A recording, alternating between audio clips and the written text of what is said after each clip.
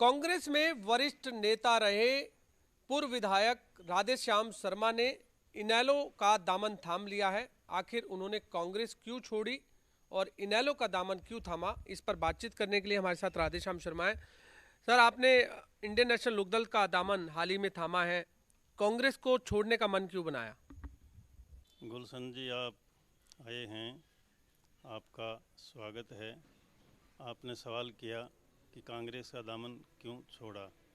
कांग्रेस ने मेरे साथ टिकटों में सदा धोखा किया है और राजनीति में जो आदमी रहता है वो इतना लंबा धोखाबाजी सहन नहीं कर सकता। अंत में आखिर कहीं तो फैसला लेना ही होता है और हमने बहुत सोच समझ करके कांग्रेस छोड़ी है और बहुत सोच समझ करके ये देखा है कि अब विकल्प क्या है। तो कांग्रेस तो बीजेपी का विकल्प नहीं है। कांग्रेस का विकल्प अगर अब कोई बन सकती है तो वो इनेलो ही बन सकती है। इनेलो ही क्यों चुनी आपने? तो इनेलो हमने इसीलिए चुनी कि इसका बीजेपी का विकल्प बनती है और हमारे इलाके में इनेलो का और मेरी टीम का अच्छा समीकरण बनता है। इसलिए हमने यही निर्णय किया कि 15 साल बीत गए, अब क्या ज़िंदगी रहेगी, तो कोई सॉलिड कदम उठाया जाए। तो विकल्प हमारी टीम का इनेलो का बन करके हमारा विकल्प बहुत मजबूत होता है और मुझे इस बात की पूरी आशा है कि यदि हमारी सत्ता बनती है तो हम यमुना नदी के बाढ़ का पानी हमारी सारी नदियों में डाल देंगे।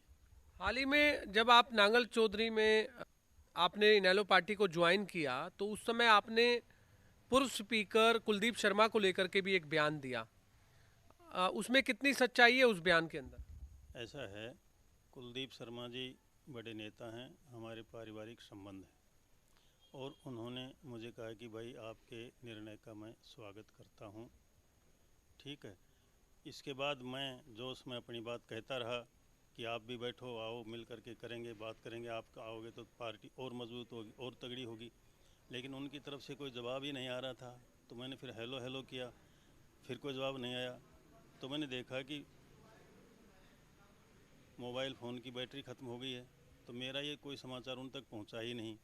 तो इसलिए उनका ये कहना है कि सोचेंगे या बात करेंगे, वो कोई उन्होंने नहीं कहा, कोई ऐसी बात हुई नहीं। क्योंकि आगे बैटरी ख़त्म होने के बाद वो बात हुई नहीं, उसके बाद फिर ना उन्होंने बात करी ना मैंने बात करी। तो भाषण के दौरान तो आपने बहुत कुछ कहा है। नहीं, भाषण में भी मैंने यही कहा है कि भाई वो बड़े नेता हैं और उन्होंने हमको ये कहा है।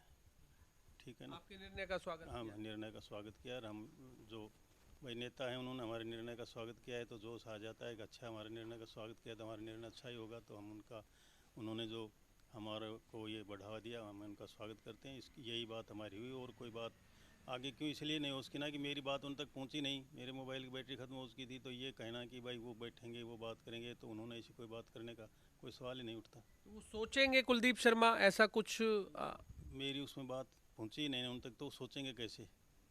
मेरी बात ही नहीं पहुंची उन तक तो कैसे सोचेंगे? ऐसा कोई मेरा उसमें वो नहीं है। इसमें जो आपने कुलदीप शर्मा को लेकर तमाम जो बयानबाजी की, तो उस दौरान क्या सामने जनता थी इसलिए आप हाँ, जोश जनता में आ थी, गए? जोश में आ गया, कोई छोटी मोटी बात निकल गई होगी, लेकिन उन्होंने इस तरह की मेरी कोई बात उनसे नहीं हुई क्योंकि मेरा फ़ोन ही जब कट चुका था तो कोई बात होने का कोई सवाल ही नहीं बनता था।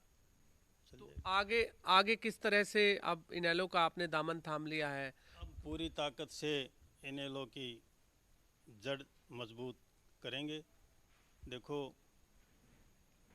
पूर्व में मंत्री रहे चौधरी संपत सिंह जी ने इनेलो ज्वाइन कर ली।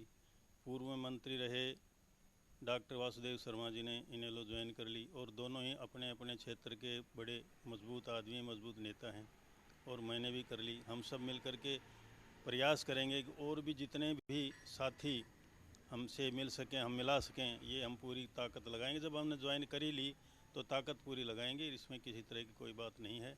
तो और आपने ये भी कहा कि विधायक, पूर्व विधायक, सांसद जो है और भी संपर्क में है इनेलो के, ऐसा कौन कौन से हैं आगे जो ज्वाइन कर सकते हैं?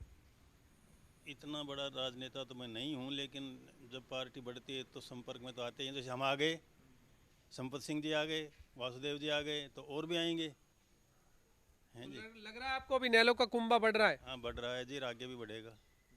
तो बीजेपी का विकल्प अब कांग्रेस नहीं है, इनेलो है, आप कह रहे बिल्कुल हैं? 100% इनेलो और बीजेपी का ही मुकाबला रहेगा। कांग्रेस तो गई, कांग्रेस का कोई वो नहीं है, विकल्प किसी तरह का ही नहीं कांग्रेस का, क्योंकि कांग्रेस तो स्वयं ही अपने आदमियों को हरा लेती है, स्वयं ही गलत आदमियों को टिकट दे देती है। अब जो रोज़ सुनते थे सरकार बनाएगी, क्या बना? आपके सामने है सब कुछ। लेकिन इनेलो के तो इस समय केवल 2 ही विधायक है विधानसभा में। दो, देखिए किसी समय में बीजेपी के भी 2 ही सांसद होते थे, फिर 303 तक पहुंच गए। तो 2 से 300 तक पहुंचने का तो वो इतिहास रहा है, तो 2 से 60 पहुंचने में तो कोई देर ही नहीं लगेगी। तो लगता है अब और भी संपर्क में नेता जल्दी और हाँ, ज्वाइन कर सकते हैं नेता लोग। देखो जी, हर आदमी ये सोचता है कि भाई उसके हल्के का, उसके क्षेत्र का भला किसके साथ बैठकर हो सकता है, और क्षेत्र का भला तो तभी हो जी जब आदमी विधानसभा में बैठे। और जब विधानसभा ना बैठे, चाहे कोई कितना ही बड़ा अपने आप को समझता रहे, चाहे कुछ भी रहे, तो फिर तो कुछ होता नहीं है। तो हर नेता या समझो चुनाव लड़ने वाला आदमी ये कोशिश करता है कि जहाँ मेरे हल्के का सब ज़्यादा भला हो उसके, जहाँ मैं चुनाव जीत सकूँ, तो वहीं जाने का प्रयास करता है। बिल्कुल, आपने सुना पूर्व विधायक राधेश्याम शर्मा, जिनका कहना है कि नांगल चौधरी में उन्होंने इंडियन नेशनल लोकदल पार्टी को ज्वाइन किया है, क्योंकि इंडियन नेशनल लोकदल पार्टी ही एक विकल्प है आने वाले समय में हरियाणा में। साथ ही उन्होंने कुलदीप शर्मा को लेकर भी एक बयान दिया है, जिसमें उन्होंने कहा है कि कुलदीप शर्मा से उनकी फ़ोन पर बातचीत हुई, लेकिन उन्होंने इनके निर्णय का जो है वो स्वागत किया था कि वो इंडियन नेशनल लोकदल में उन्होंने जब ज्वाइन किया तो इस निर्णय का वो स्वागत करते हैं। हालांकि इस दौरान कोई और बातचीत उनकी नहीं हुई, क्योंकि फ़ोन के जरिए ये बातचीत हो रही थी और फ़ोन डिस्कनेक्ट हो चुका था, फ़ोन की बैटरी बंद हो गई थी। इस कारण जो है इनकी कन्वर्सेशन आगे नहीं हो पाई।